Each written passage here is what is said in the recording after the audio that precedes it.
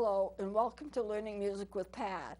I decided to bring in today another little instrument that you probably won't see anything like it unless you see it here. And this comes from the Caribbean. I want to get it in a position where you can see it well. It's an interesting little instrument. There's a story behind it. It was given to me at about Christmas time, around Christmas time. And my sister and a friend of hers actually went into a mall, and there was a man there selling these instruments. They're all handmade, and they come from the Caribbean, but they didn't know, they couldn't remember what country it actually came from, just that it came from the Caribbean. And it was all hand-carved and beautifully decorated. And if you look at it, on the top there is a little butterfly, and it stretches around the instrument, so I'm going to have to turn it a little so you can see the whole butterfly. It's hand painted and it's hand directed, and there's your butterfly. And then you come down here and you have a little design, and it's in two shades, two different colors, and it goes all around the entire instrument. So I'll turn the instrument so you can see. And then you have a group of leaves and flowers toward the bottom of it. Let me hold it up. You can see there is, if I get it right, you can see there's like a flower, a multicolored flower and leaves. So this thing is decorated all over. It's very attractive. It looks very good. And they were a little embarrassed. My sister gave it to me, she and her friend, as I said, around Christmas time, and they said, "We want to give this to you, but we're a little embarrassed. It doesn't play." And I says, "Well, let me take a look at it. It's a beautiful instrument. I would keep it anyway, whether it played or not." And so I picked it up, and I put it in my mouth. The thumb hole is up here a little higher than normal. Most of the time when you have a thumb hole, the thumb hole is usually opposite your index finger. So if you look at it on the side, it would be like this. But this thumb hole is higher. And I think one of the problems that they had in playing it is that they didn't realize that they have to put their thumb on that hole or it doesn't work right. But I took it and I fooled around with it and I got it to play. There was no problem with it.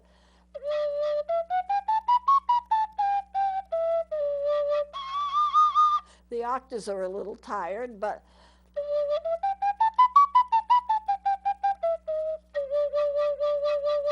and then my sister and we took it home, and she went to an organ, and she started playing some hymns, and I played some hymns on it. And it turns out it's in the key of D, which is 2 sharps, and it does well in the key of D. So it's a really, really nice, fascinating little instrument. It's very small. If you look at its construction, the thumb hole on the back is higher than usual, so you have to remember that, because your tendency is going to let your thumb drop to where it normally would be on a recorder, but it has to be higher, and the tone holes are exactly the same size, just going straight up and down, so you don't get that variation for your fingers that you usually get in a regular recorder. It's not geared for that, so you just kind of have to adjust to it, but since it's so small, it doesn't have a lot of hand stretching, so that's not a problem. And it has a Fipple mouthpiece. This is a little labium on top, and it has this little window, and the lip that it has is there. And if you look in the back, you have your mouthpiece, and you're not going to be able to see it, I don't think, but there is a little block there. But the coloring is so similar to the wood that it's in that it's not stained or anything, so I don't think you're going to be able to notice that there is a block there. But there is, trust me. Maybe you can pick it up. So it's a Fipple mouthpiece, and you will notice on some of these instruments that I bring in that are handcrafted, or they come from foreign countries, and they're basically, little items for hobbyists and so forth, novelty items. The tone holes are usually all the same size. There's no variation. And not only that, they're straight up and down, so there's no real accommodation for your hands and your fingers. Now on a small instrument, it's not going to make that much difference as long as it pitches well. And this one does pitch well in the key of D. I was able to play several hymns in the key of D, and it pitched perfectly with an organ that she was playing. And she was playing a huge organ. You know, we just took it down to her church where they have a tracker pipe organ with like 600 stops, 600 pipes. So, and it worked beautifully with that. So this is it. It's just a nice little instrument. She said, how can you play it? We tried it. We couldn't get a sound out of it. We thought we'd wasted our money. I said, there's nothing wrong with it. It plays beautifully. You just have to know how to kind of give it the oomph or whatever you have to give it to make it play. So I wanted to bring this in and show it to you. Unusual, but you might see it at a county fair or something like that. Now I'm going to turn once again to a few little charts in a notebook because I didn't quite finish what I was going to do last time, just to kind of finish it up, and then I'm going to go into the flutes and I'm going to do some flute work for you. Now I've shown you a full 88 keyboard. This is of course not that large, but just to review, middle C right here, or low C, the bass clef and the treble clef. And I made the C right here a little bit larger than I would need to show you that that middle C is halfway between the bass and the treble clef. And this is the treble clef sign, this is the bass clef sign, and this is your middle C. So when you play to the left of that, you're playing on the bass clef, and when you play to the right of that, you are playing on the treble clef. And that C is right here. That middle C is right there. So let me flip the page. This you haven't seen before. I just did this up just to kind of give you a review. Middle C. Now I put two stems on it. These little lines that go up or down on any note, like this one here, this one here, this one here, it doesn't matter what notes. Those are called stems. And I put two stems on it because this can be a bass clef note, or it can be a treble clef note, depending upon what direction you're going in. Here it is. I only have one stem on it. It has one ledger line. That's the middle C, low C to the woodwinds, but middle C to the keyboard, one stem, and you're going on the treble clef. It's a scale that goes right on the treble clef. C, D, E, F, G, A, B, C, D, E, F, G. I just put them in as I had the space to do it. And here's the same note, the middle C, but I put the stem on the left, headed down. So in that way, it's a sign that this is going down on the bass clef. C, B, A, G, F, E, D, C. That's another C right there. And so this is the middle C down toward acting as a bass clef note, and this is the middle C acting as a treble clef note. And so I showed both of them here, C and your treble clef, and the same note acting as a bass clef note. And here I just put it down with a double clef on it, a double stems on it, so you would understand that. That's critically important to know if you're playing instruments, especially keyboard instruments. Now, here's something that might actually be of practical help to you. So you've got a bunch of staffs and you get a bunch of notes. How do you know what note you're on, whether it's A, B, C, D, E, F, G? Now, when I come in here and I say we're going to do a scale from B to D, and I have it like B, A, G, F, E, D, now how do you know what note you're actually on? Here's a B, here's a G, here's an E, a D. There is a simple way of kind of remembering it. You have to remember phrases. Here's a treble clef. Here's your G, here's your E, G, B, D, and F. And I have the same thing over here, E, G, B, D, F. The way to remember them is to remember the phrases. Every good boy does fine. E, every. G, good. B, boy. D, does. F, fine. Or on the next one, the same notes, E, every, G, good, B, boy, D, deserves, F, fudge. Every good boy does fine. Every good boy deserves fudge. No, those aren't the only phrases, but if you can remember those phrases, I mean, there are some others, but if you can remember those phrases, then you can look, oh yeah, these are notes that are all on the staff. They're not on the spaces. Well, the space is easy. F-A-C-E spells face. And if you can remember that, you have a note here. What is it? Well, it's got to be F. That's the first space. If it's here, it's got to be an A. If it's here, it's got to be a C. If it's here, it's got to be an E. So I have those down there. Now, the bass clef is different. It's not exactly the same thing. The bass clef, there's a two, you read the notes two steps different. So in E, if it was on the treble clef, this would be an E. Instead, it's a G. G, and it's G, B, D, F, and A. Good boys do fine always. That's if you're doing the bass clef. Now, we're not doing the bass clef in here, but I only mention it because if you're playing keyboard or piano, if you are playing piano lessons, plus you're playing maybe clarinet or you're playing another instrument, but if you're on a keyboard, that's the way, if you're on the bass clef, to how to remember those notes. Okay, good boys do fine always. And for the spaces, all cows eat grass, A-C-E-G.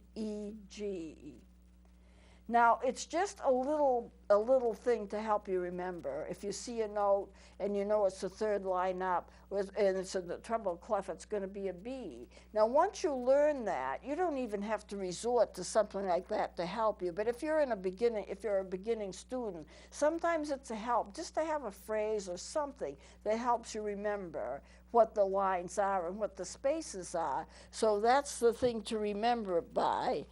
Now,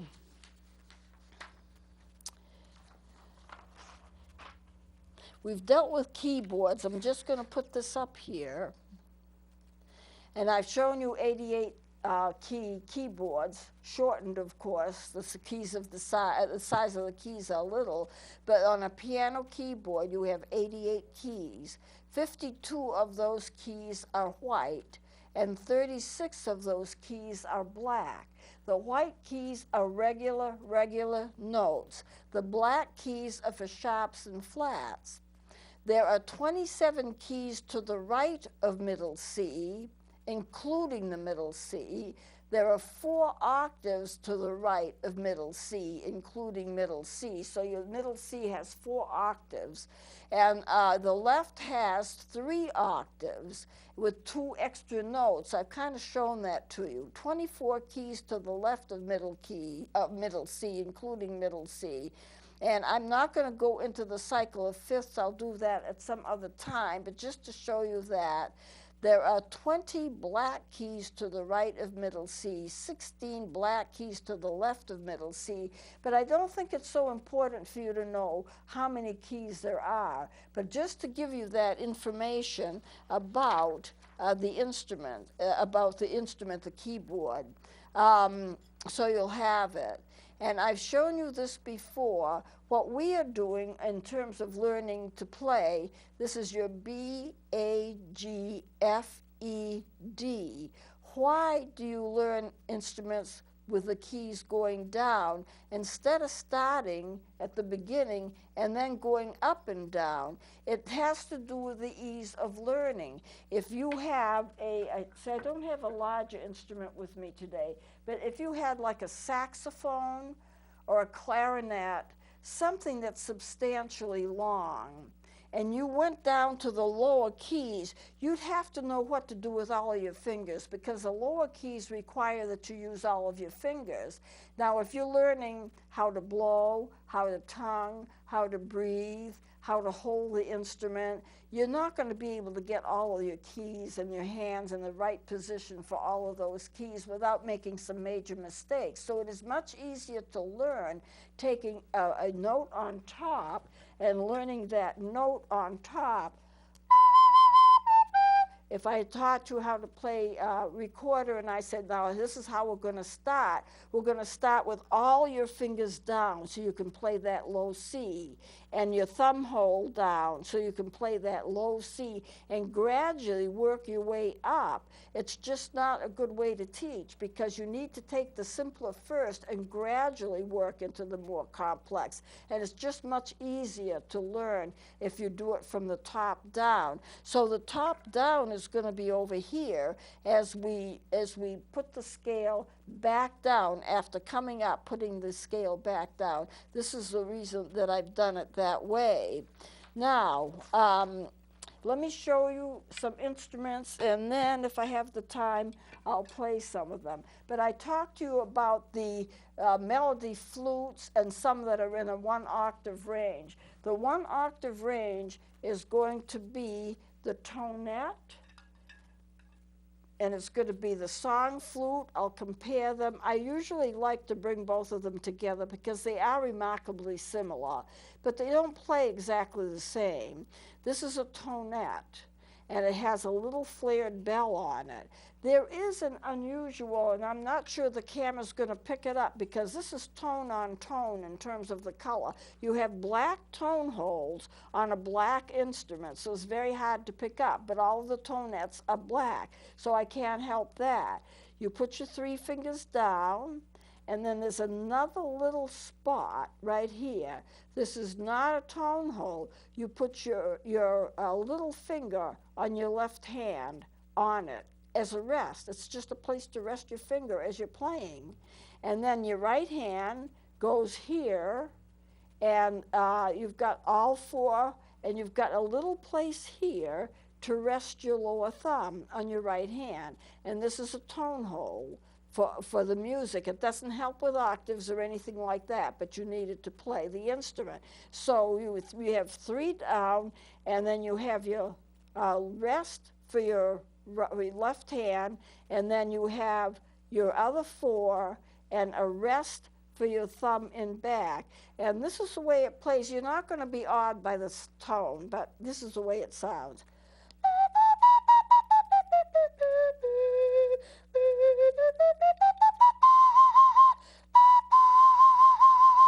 That's the tonette.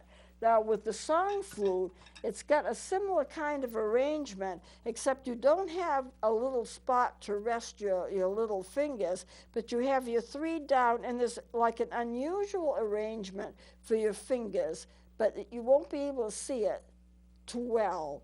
But here we are, thumb hole in the back, and there's a little place where you do put the thumb on the right hand. It's like just a little bar thing. And it has a much better tone.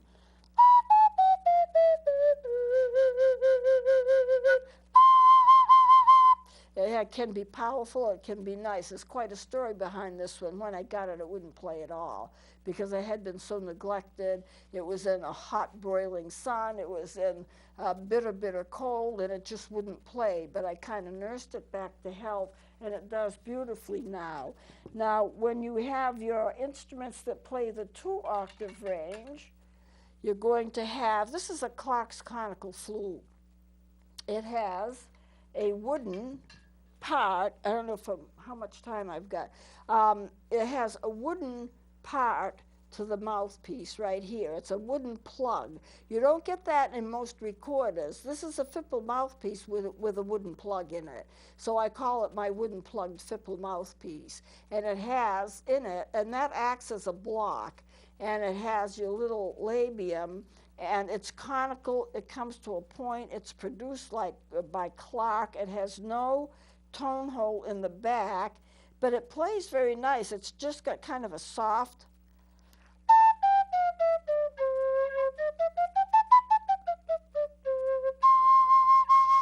It's also a little tiring to play because the shape of the mouthpiece is a little different. Then you have the penny whistles that are also in a 2-octave range. No tone hole in the back, so they pitch a step below the recorders.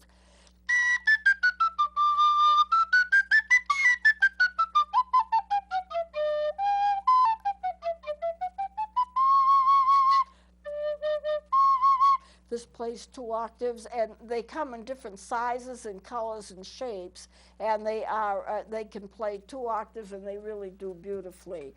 Then you have the sassotos, which are also black. No tone holes in the back. They play a little bit like the penny whistles because of the lack of the tone holes. This has got a really nice tone. I've used it a lot.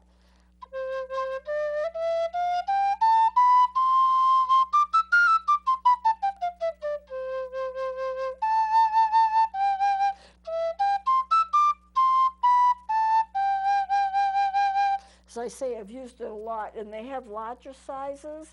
Then you have, this is a Pearl Piper. The Pearl Piper is kind of one step above a toy. The Pearl Piper does well in the key of E flat. I only paid $2 for it. $1.98, and I've done solo work on it. You have these smaller little ones. This looks like it's going to pull apart and be a regular recorder, but it's a one-piece wonder. You can't pull it apart at all. I'm watching my time here.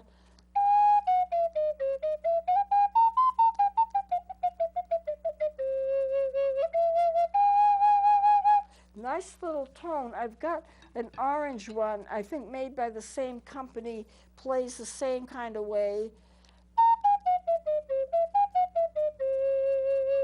Not very good on the octave, so I'm not even attempting that. I don't want to forget the flutophone. It's 1 octave. There's something interesting about the flutophone. There are little pieces of plastic on the right side of the lower notes and to the left side of the upper notes, but I'm not sure that the camera can pick that up, but it's a reminder that the left hand goes on top and the right hand goes on the bottom.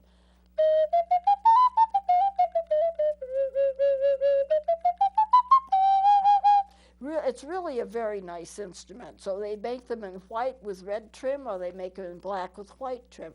If you want to get a close-up, I don't know if you can do this or not. You can see, if you're careful, yeah, good, that's good. Notice the little pieces of plastic, it's like a little bump there beside these holes, just for the first 3, and then it's on the other side for the rest, and it's just telling you right hand on the bottom, left on top. It's like a little design feature that kind of gives you that knowledge, just a little thing like that. These are, I've got this magic flute. It's put out by the same people as put out at First Tone. Some of them do well, some of them not so much. This isn't too bad.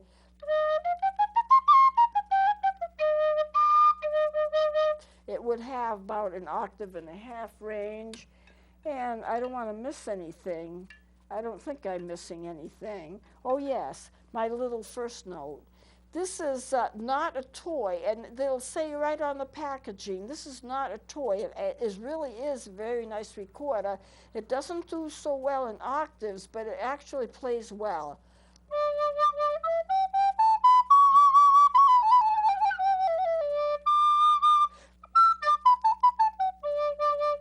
You could use this as a beginning instrument for anyone who wanted to play. I have one in bright red, and I have one in bright blue, but they do quite well. The only thing is, if you're jumping notes into an octave, you might have a little trouble getting it, but it does work, and it's a nice instrument. Now, in the sopranino? Well, I guess I better stop. This is a sopranino. We'll run out of time. I'll be using these instruments next time to play different music that I've written for them. So we'll continue with this next time. Please join me then.